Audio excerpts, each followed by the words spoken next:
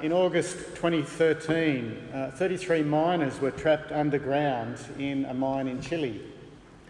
It took 6 weeks before finally a drill reached them 630 metres underground, punching a hole 30 centimetres in diameter through the roof of the cave that they were trapped in. 6 weeks of sitting in the dark with only torchlight to see by.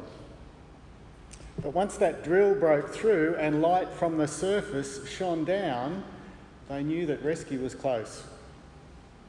Even though it took weeks longer to widen the hole and to lift the miners to safety, that drill and the light from the surface gave them the strength to keep going. It sent them the message, hang on, the end is close. Yes, it's difficult now, but rescue is coming. Now that's the message of these final chapters of Daniel. They are a shaft of light from the future, a message about the end, or to be more precise, the ends, and then a final end. It's a message about how kings and kingdoms will all finish, one after the other, all in God's time, and then how history itself will come to an end. And through it all, the message is that if you belong to God's people, things will be tough. You will be persecuted, whatever time you live in Daniel's time, in Jesus' time, today, into the future. But here is the message for God's people, don't worry. Things might be dark and tough, but there is an end, and that end will make everything worth it. So chapter 10 is about setting the scene for the message. It's about showing us what is under the surface. Let me explain. It begins in a familiar way. Look there in verse 1. It begins with a date and a dream. In the 3rd year of Cyrus, king of Persia, a revelation was given to Daniel, who was called Belteshazzar. Its message was true, and it concerned a great war. Okay, another dream. It sounds familiar, doesn't it? And it's about a battle again. But there's something different here. He goes on to say, the understanding of the message came to him in a vision. Now that sounds like something different. And I think the rest of chapters 10 to 12 are about this second vision, which explains the revelation. In other words, there's a revelation which Daniel finds hard to understand, and it's not described at all. But then there is this explanation which comes in another vision, and that is described for us. Let me explain. Daniel has this terrible revelation in verse 1 about wars, and then probably in response to what he sees, he goes on in verse 2. Verse 2, have a look at it. At that time, I, Daniel, mourned for 3 weeks. Just keep that period in mind. I ate no choice food, no meat or wine touched my lips, and I used no lotions at all until the 3 weeks were over. And then when the 3 weeks are over, he gets a vision of a man, and that's from verse 4. We'll get to that man in a moment, but jump down to verse 12, where the man says, verse 12, do not be afraid, Daniel, since the first day that you set your mind to gain understanding and to humble yourself before your God, your words were heard, and I've come in response to them. But the prince of the Persian kingdom resisted me 21 days. Then Michael, one of the chief princes, came to help me because I was detained there with the king of Persia. Now I have come to explain to you what will happen. So, it took 21 days for this man to come in response to Daniel's prayer. And Daniel had been fasting and probably praying for 3 weeks, same period of time. So here's what I think's going on. First, Daniel sees a vision that he can't understand. It's not described. Then he mourns and fasts and prays for 3 weeks, wanting to know what it all means. And as soon as he begins to pray, God hears his prayer. The answer would have come straight away, but there's a 3-week delay, which we'll come to in a moment. Then when the 21 days are up, this man arrives with the explanation. It's another vision, and that's what is described for us in the rest of the chapters. Now, that whole series of steps, it's summarised back in verse 1, a revelation and then the understanding of it in a vision. So, let's look at the vision itself. Verse 5. I looked up and there before me was a man dressed in linen with a belt of finest gold around his waist. His body was like chrysolite, his face like lightning, his eyes like flaming torches, his arms and legs like the gleam of burnished bronze, and his voice like the sound of a multitude. Who is he? We're not told. But he comes in response to Daniel's prayer to God. So he's from heaven, he's a messenger from heaven. Is he an angel? He's at least an angel. Is he more than an angel? Verse 13 tells us that Michael, who is an angel, helps him. Is he a representation of God himself? Perhaps Jesus. Some people say he's Jesus. The description is very similar to the description of Jesus in Revelation chapter 1, as the women who went to the Equip conference might have noticed. But he's not identified, so we can't say precisely, exactly. But at the very least, this man, he comes with all of God's authority. He speaks for God, he represents God. So how do we understand this delay 21 days after Daniel begins trying to understand? Well, verse 13, the man explains that the prince of the Persian kingdom resisted him. And it wasn't until Michael, one of the chief princes, came to help him that he was able to get away and come to Daniel. In the New Testament, Jude, verse 9, it describes Michael as an archangel or a chief angel. And in Daniel chapter 12, verse 1, which we also read, Michael is described as the great prince who protects the Jewish people. And then in verse 20 of chapter 10, we're told that the man is going to return to fight against the prince of Persia, and then after that the prince of Greece will come. Now, putting all of these hints together, it seems like God rules over a spiritual battle that is going on between angels and heavenly armies and spiritual authorities. And there are angels, maybe good and bad angels, who are responsible for certain earthly kingdoms, for protecting them or for fighting for them or fighting against them or directing these earthly kingdoms. And the conflicts that we see happening at an earthly level, they actually reflect a battle that's going on at a heavenly level. Now, if that's the case, it helps us to understand some verses in the New Testament. Like in Colossians 2:15, it describes what God did when Jesus died on the cross. It said that God disarmed the powers and authorities.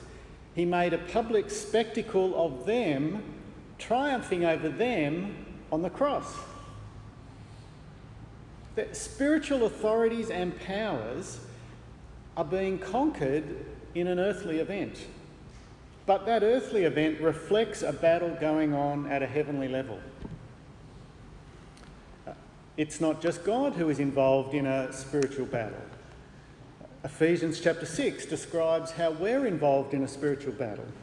Ephesians 6:11, Paul says, "Put on the full armour of God so that you can take your stand against the devil's schemes.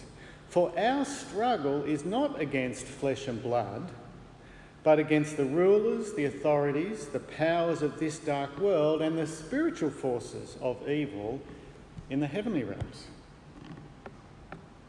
Now, all of this, Daniel chapter 10 and these verses, they're saying that your struggles as a Christian, they may look like everybody else's.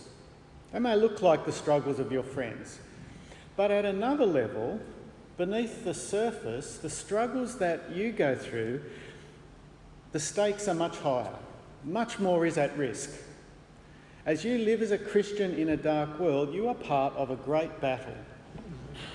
As you battle to resist temptation, to speak with grace and wisdom among your friends who mock you, as you deal with an angry boss or uni lecturer who hates Christians, or as you live with unbelieving family members always pointing out your faults, as you pray and read your Bible, as you meet with other Christians to encourage each other, as you do all of those things, you are part of a battle that's shaking the foundations of the universe. A battle between spiritual forces in the heavenly realms. Little old you. And yet most people never notice. They never notice what's going on. It's like when you go to Sydney Aquarium. You walk past one of the giant pools and the water is smooth and still and it looks empty. But if you go down the steps to the observation desk, to the thick glass window that lies beneath the surface, it's a different matter entirely. What looked quiet and calm and deserted from the top is actually teeming with life. Fish and sharks and whales and coral and seaweed. All the action is underneath. And that's where you need to look to see what is going on in that pool. That's what you need to look at to see reality. And that's what it's like in this physical world that we live in. It is so much more than what you can see with your eyes. On the surface, it's just human actions.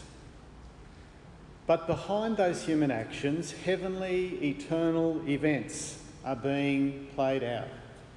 God is at work bringing about his purposes.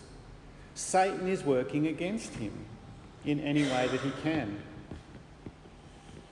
That's what I think is being described here when this man comes and talks about princes who are fighting against one another.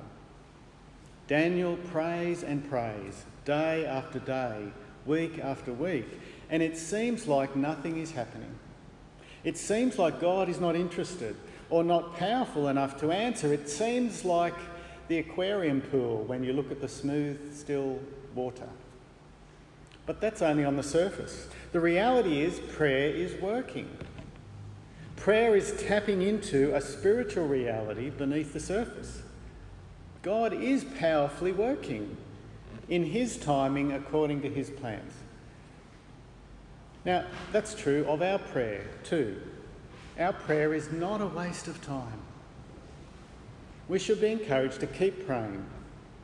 Prayer is significant, powerful, important, offensive spiritual work. I wonder if that's how you think about your prayer, how you think about God, or whether you need to look below the surface, whether you need perhaps a fresh vision of who God is and how he is at work in his world. Perhaps you need a fresh vision of his power and awesome majesty. And then you need to show that in how you pray. Do you notice Daniel was paralysed with fear when he saw the vision of this man? He was speechless. He was without strength. He couldn't stand or talk or hardly breathe. That's what it's like when you catch a vision of an angel of God, let alone when you catch a vision of God himself. Maybe we need a little more of that attitude of understanding who God is in his power. Well, that's chapter 10.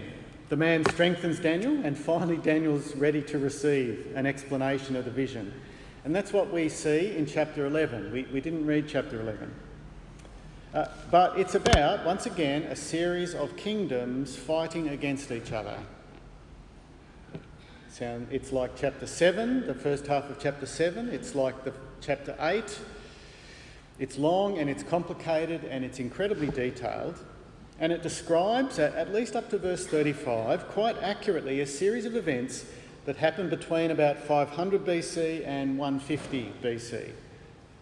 And it focuses on two rulers who are around Palestine and Egypt.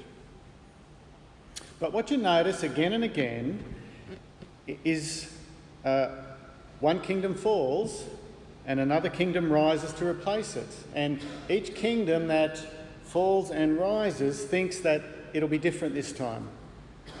This will be the last. I will be the one who's victorious. It will succeed where everyone else failed.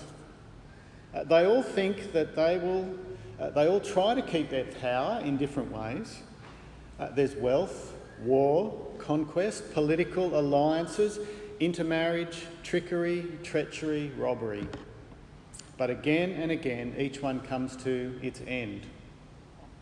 We're going to take a very quick sprint through chapter 11, so just follow along as I highlight some points, and I'll show you what I mean. So verse 2 of chapter 11, 4 kings will rise from Persia, one after the other.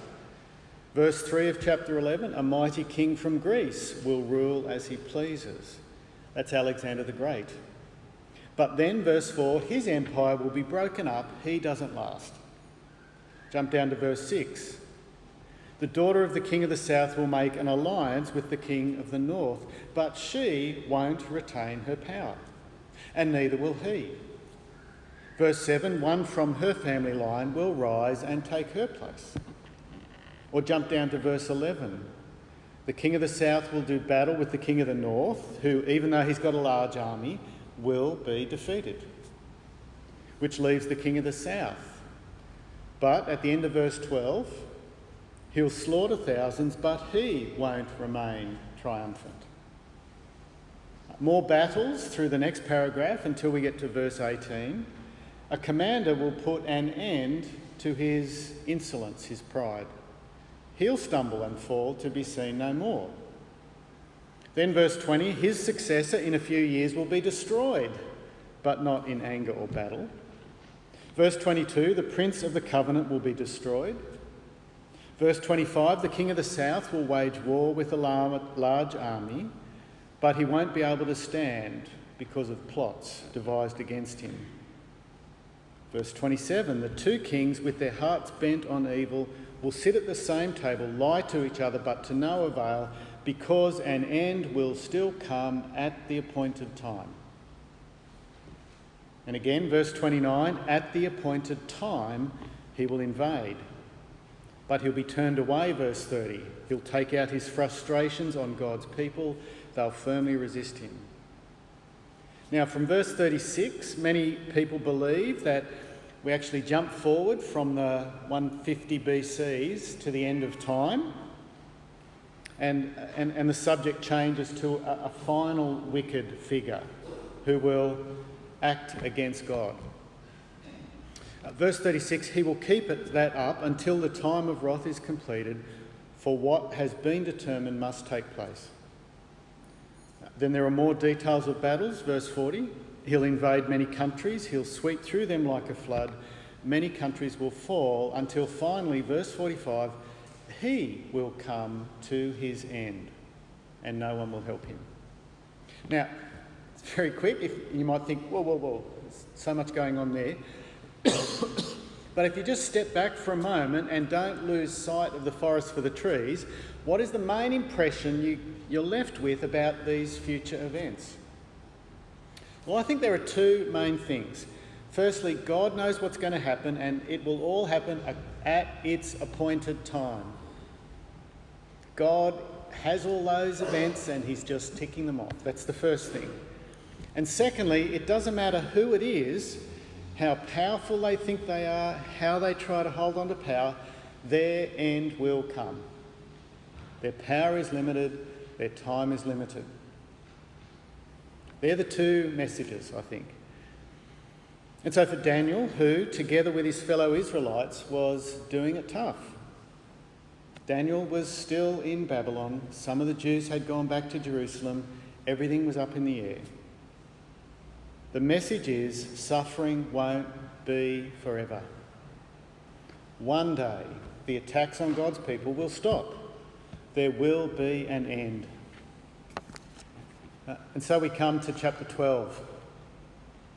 At the end of the book, Its topic is about the ultimate or the final end, and it will make all of the suffering leading up to it worth it.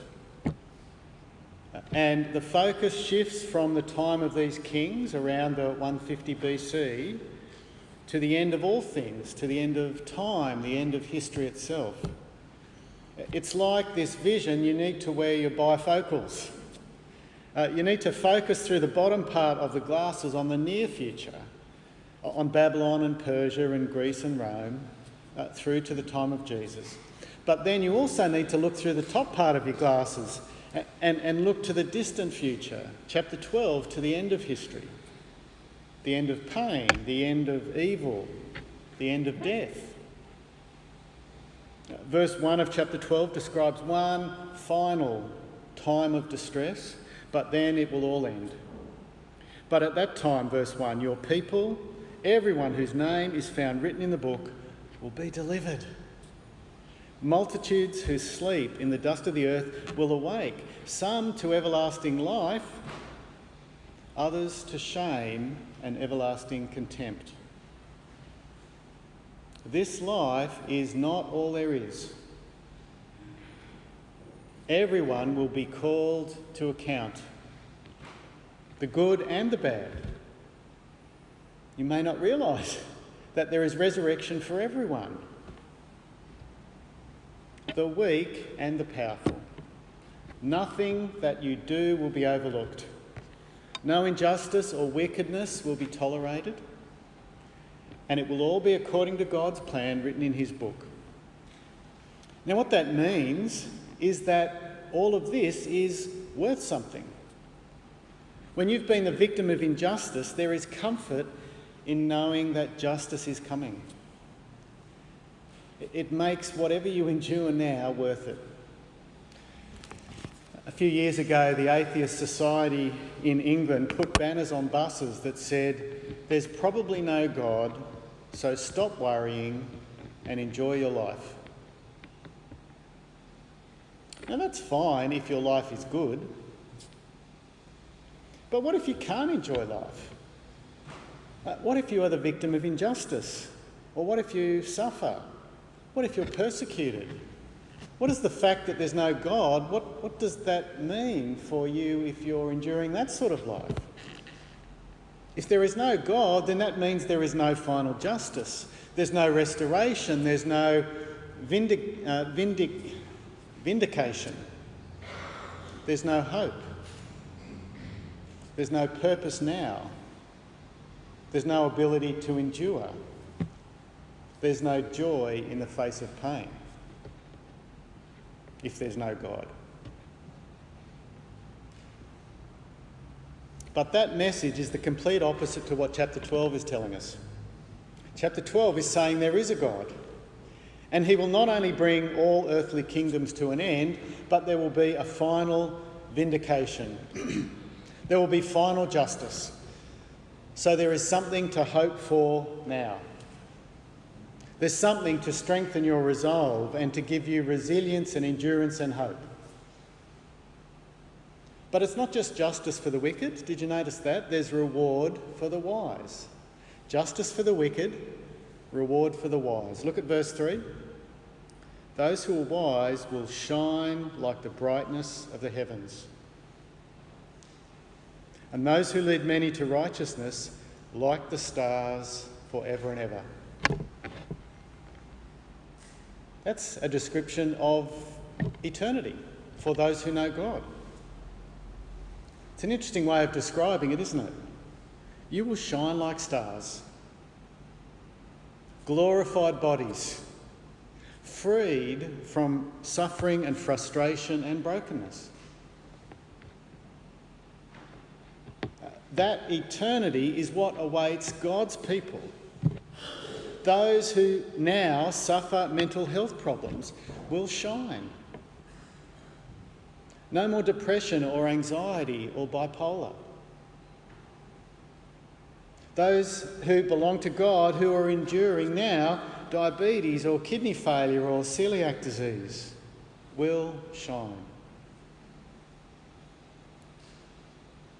those enduring the aches and pains of old age who belong to God will shine.